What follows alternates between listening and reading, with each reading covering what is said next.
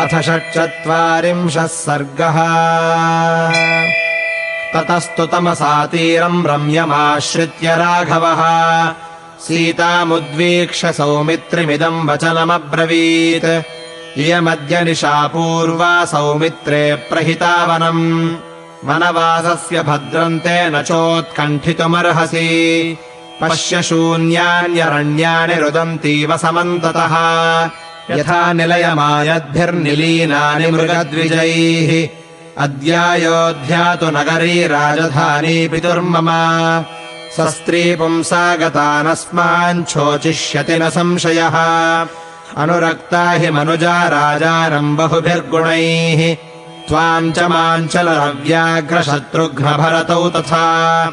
पितरम् चानुशोचामि मातरम् च यशस्विनीम्, अपि नान्धौ भवेतान्नौ रुदन्तौ तावभीक्ष्णशः।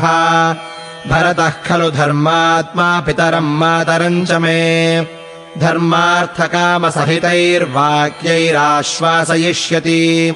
भरतस्यानुशंसत्वम् सञ्चिन्त्याहम् पुनः पुनः, नानुशोचामि पितरम् मातरम् च महाभुजा। त्वया कार्यम् नरव्याघ्रमामनुव्रजता कृतम्, अन्वेष्टव्या हि वैदेह्या रक्षणार्थम् सहायता। अद्भिरेव हि सौमित्रे वत्स्याम्यद्य निशामिमाम्, एतद्भिरोचते मह्यम् वन्येऽपि विविधे सति।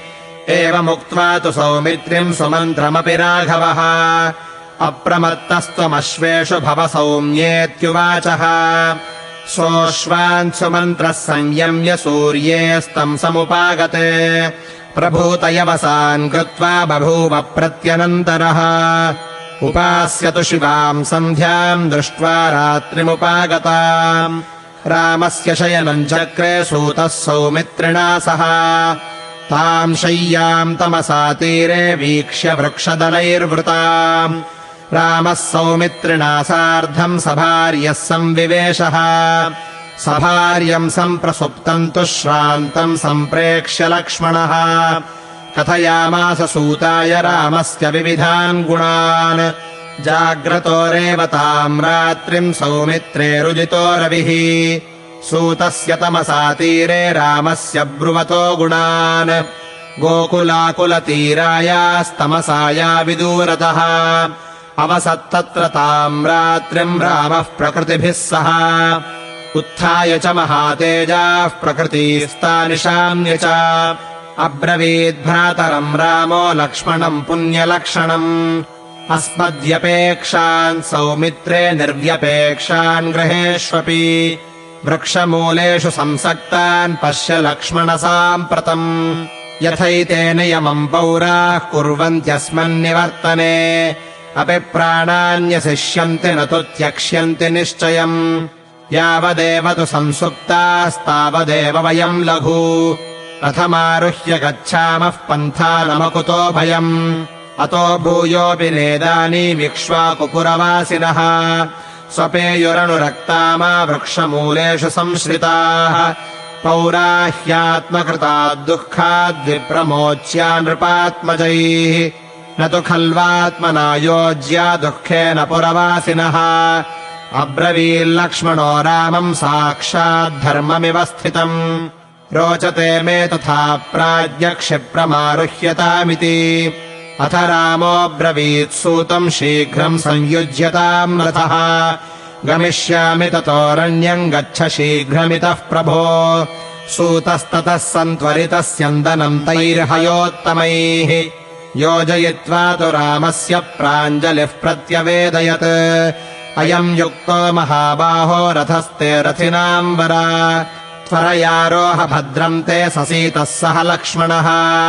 तम् स्यन्दनमधिष्ठाय राघवः सपरिच्छदः, शीघ्रगामाकुलावर्ताम् तमसामतरम् नदी।